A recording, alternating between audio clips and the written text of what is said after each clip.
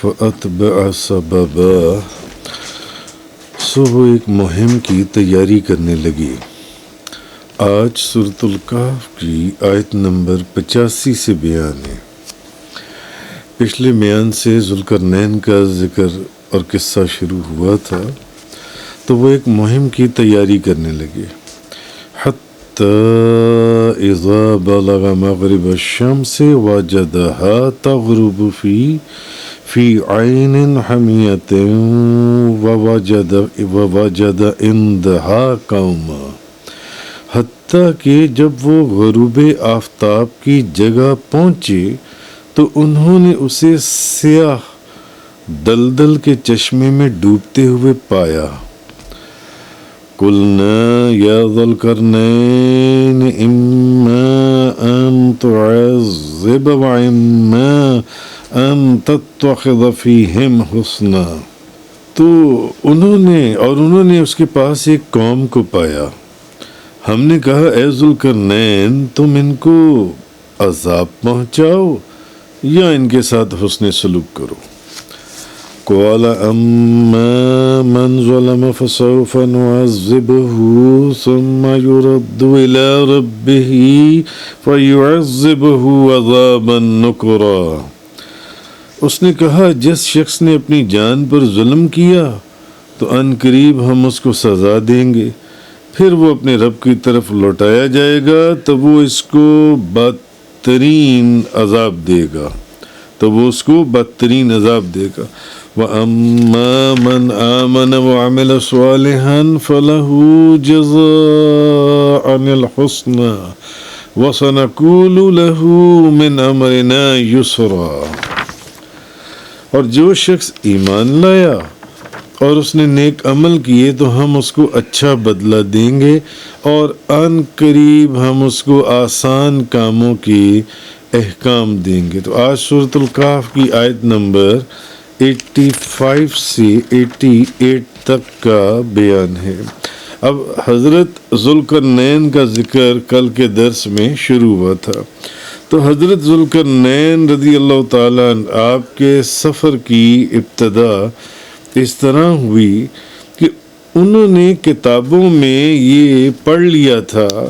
کہ حضرت نوح علیہ السلام کے بیٹے سام کی اولاد میں سے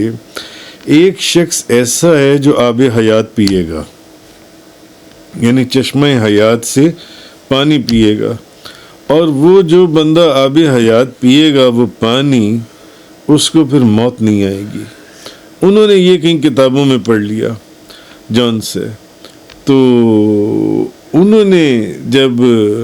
اب یہ پڑھ کر یہ دیکھ کر تو وہ پھر جب انہوں نے کتابوں میں یہ دیکھا تو وہ پھر اس آب حیات کی طلب میں یا اس کی تلاش میں مغرب سے مشرق کی طرف روانہ ہوئے، اس پانی کی تلاش میں کہ وہ آب حیات پینا جو ان سے۔ اب اس سفر میں آپ کے اتفاق سے آپ کے ساتھ حضرت خضر علیہ السلام بھی تھے، حضرت خضر علی نبینا علیہ الصلوۃ والسلام آپ بھی تھے۔ اب وہ تو حضرت ہوا یہ کہ اب قدرت نے ان کو چنا ہوا تھا اس کے لیے، تو حضرت خضر علیہ السلام تو آب حیات تک پہنچ گئے اور انہوں نے چشمہ حیات سے پانی پی بھی لیا، مگر حضرت ذوالقرنین کے مقدر میں وہ نہیں لکھا ہوا تھا، وہ نہیں تھا، اس لیے انہوں نے وہ چشمہ نہ پایا، ان کو وہ چشمہ نہ ملا، مگر حضرت خضر علیہ السلام کو حضرت ابو العباس بلیہ بن ملکان حضرت خضر ان کو وہ مل گیا چشمہ جون سے، تو انہوں نے وہاں سے پانی پی لیا، مگر حضرت ذوالقرنین جو ہیں وہ وہاں سے پانی وہ اس چشمے تک نہیں پہنچ سکے۔ تو اب ذوالقرنین نے مغرب کی جانب، یہ اس بات کا میں نے آپ کو ایک کانٹیکسٹ بتایا، تو ذوالقرنین نے مغرب کی جانب سفر اختیار کیا، یہاں تک کہ وہ ایسی جگہ پہنچ گئے جہاں پر زمین اور خشکی کی حد ختم ہو گئی۔ اب خشکی نہیں تھی، زمین نہیں تھی، اور اب سمندر تھا، اور وہ بحر الظلمات تھا، اور کئی ملکوں کو فتح کرتے ہوئے وہ اس مقام پر پہنچے تھے، تیونس، مراکش، پھر مغربی ممالک، الجزائر، بے شمار ملکوں کو وہ فتح کرتے کرتے اس جگہ پر پہنچی۔ اور اب جب اس نے وہاں سورج کو ایک دیکھا کہ سیاہ دلدل میں غروب ہوتے ہوئے دیکھا کہ سورج جو ہے وہ ایک سیاہ دلدل کے اندر غروب ہو رہا ہے۔ عین کے معنی چشمہ اور حمیہ کے معنی گارا، کیچڑ، دلدل۔ اب انہوں نے جب یہ دیکھا تو یہ ویسے بھی جو لوگ سمندر کے کنارے یا سمندروں کا سفر کرنے والے وہ یہ جانتے ہیں کہ شام کے وقت اگر سمندر کے کنارے پر آپ کھڑی ہوں اور دور جہاں آسمان اور سمندر کی سطح ان کے کنارے آپس میں ایک ہو جاتی ہیں، ایک ملتی ہیں، ہم نے دیکھا ایسے بے شمار ملکوں کے اندر، سمندروں کے اندر وہ ایک مل جاتے ہیں، وہ کنارے آسمان کے بھی اور وہ سمندر کے پانی کے بھی ایسے ہی لگتا ہے جیسے یہاں جا کے مرج ہو رہا ہے، جوائنٹ ہو رہا ہے جو ان سے، تو ایسے لگتا، اس وقت دیکھنے والوں کو ایسے لگتا ہے کہ جیسے کہ سورج سمندر میں ڈوب رہا ہو۔ اسی لیے بعض ملکوں کے اندر جو ٹورسٹ جاتے ہیں ان کو سن سیٹ اور سن رائز کا وہ دکھایا جاتا ہے کہ اگر انہوں نے جانا ہے تو وہ پھر بڑے بڑے کروز یا کناروں پر بھی کھڑے ہو کر دیکھ لیتے ہیں، اس کے اندر پھر کشتیوں میں، فیریز میں جاتے ہیں سن سیٹ یا سن رائز کا نظارہ کرنے کے لیے۔ تو ورنہ حقیقت یہ ہوتی ہے، اور حقیقت میں ہے بھی ایسے کہ سورج اور وہ سورج اس کے پیچھے کیسے غروب ہو سکتا ہے، حالانکہ سورج تو زمین اور آسمان سے بھی بہت بڑا ہے، جون سے سورج جون سے حقیقت میں سورج جون سے زمین اور سمندر، آسمان نہیں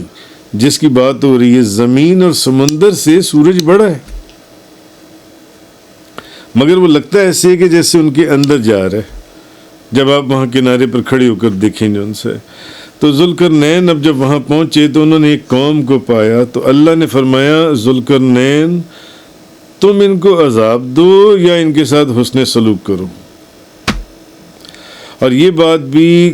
پچھلے کل کے لیکچر میں بھی ہم نے بیان کی تھی کہ جس طرح حضرت خضر علیہ السلام کی نبوت کے اندر اختلاف ہے کہ آیا وہ نبی تھے یا ولی تھے،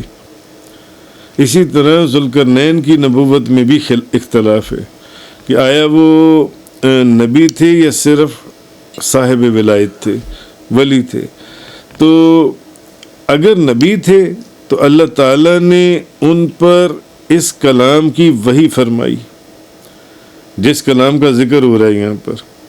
کبھی تمہاری مرضی ہے تم ان کے ساتھ حسن سلوک کرو یا ان کو عذاب دو، تمہاری مرضی ہے اس قوم کو جو ان سے۔ تو اگر تو وہ نبی تھے تو اللہ نے ان پر اس کلام کی وحی فرمائی، اگر وہ نبی تھے، اور کیونکہ اختلاف ہے نا ان کی نبوت میں، اور اگر وہ ولی تھے تو اللہ نے اس زمانے کے نبی پر وحی نازل فرمائی، اور اس نبی نے پھر جس وحی کا یہاں ذکر ہو رہا ہے، کیونکہ پھر آپ کہیں گے کہ اگر نبی نہیں تھے تو پھر وحی کا ذکر کیسے؟ تو پھر اگر وہ نبی نہیں تھے تو پھر اللہ نے اس زمانے میں جو نبی تھے ان کے اوپر یہ وحی نازل فرمائی، اور اس نبی نے ذوالقرنین جو اللہ کے ایک نیک بندے تھے ان کو اللہ کا یہ پیغام پہنچا دیا، ان کو یہ پیغام پہنچا دیا، تو وہی تب بھی اس کا حکم پورا ہو گیا۔ یا پھر تیسری چیز ایک یہ ہو سکتی ہے جو مفسرین نے لکھی ہے کہ اللہ نے ان کے دل میں اس طرح بات ڈال دی جس طرح حضرت موسیٰ علیہ السلام کی والدہ کے دل میں بات ڈال دی تھی۔ اللہ نے ڈائریکٹ ذوالقرنین کے دل میں ہی، جس وحی کا ذکر یہاں پر ہو رہا ہے، ان کے دل میں ایسی بات ڈال دی جس طرح ان کی والدہ کے دل میں بات ڈال دی تھی، جیسے کہ قرآن مجید میں اس بات کا ذکر ہوا سورۃ طٰہٰ کے اندر کہ جب ہم آپ کی ماں کی طرف، جب ہم نے آپ کی ماں کی طرف وہ الہام کیا جس کی وحی اب کی جا رہی ہے کہ تم موسیٰ کو صندوق میں بند کر کے دریا میں ڈال دو، تو ماں کی طرف الہام کیا جس کی وحی اب کی جا رہی ہے، تو ہو سکتا ہے کہ ڈائریکٹ حضرت ذوالقرنین کو اسی طرح کا وحی، جس کو وحی کہا جا رہا ہے، الہاماً یہ چیز بتا دی گئی ہو۔ جس کا ذکر وحی کے ذریعے کیا جا رہا ہے، وحی کے الفاظ میں. اور اگر وہ خود نبی تھے تو پھر ڈائریکٹ انہی کے اوپر یہ وحی نازل ہو رہی تھی. اور اگر وہ خود نبی نہیں تھے، ولی تھے، تو پھر ہو سکتا ہے اس وقت کے نبی کو یہ بات کہی گئی ہو، اور اس نبی نے حضرت ذوالقرنین کو آ کر ساری بات بتا دی ہو کہ یہ آپ کے لیے فرمایا جا رہا ہے جن سے، تب بھی حکم پورا ہو گیا. اور اگر دونوں صورتیں نہیں ہیں تو تیسری صورت یہ بھی ہو سکتی ہے کہ جیسے موسیٰ علیہ السلام کی ہم نے آپ کی ماں کی طرف، ان کی ماں کی طرف وہ الہام کیا تو کہ موسیٰ کو صندوق میں بند کر کے دریا میں ڈال دو، اور دریا اس صندوق کو ساحل پر ڈال دے گا، بس تمہارا کام اتنا کہ تم یہ کر دو، باقی آگے کام دریا نے کرنا ہے، اور اس کو میرا اور خود اس کا دشمن اٹھا لے گا یہاں سے جون سے. تو ذوالقرنین نے ان لوگوں سے کہا کہ جس شخص نے میری دعوت کو قبول نہیں کیا اور اس نے کفر اور شرک پر اصرار کیا تو ہم دنیا میں اس کو قتل کر کے سزا دیں گے. جس نے تو میری دعوت کو قبول نہیں کیا اور کفر کیا اور شرک کیا تو ہم دنیا میں تو اس کو قتل کریں گے، قتل کر کے اس کو سزا دیں گے. اور یہ نہیں کہ صرف دنیا میں اس کو سزا ملے گی، آپ فرمانے لگے کہ جب آخرت میں اپنے رب کے پاس جاؤ گے نا تو پھر اللہ تعالیٰ بھی اس کو دوزخ میں بہت سخت عذاب دے گا.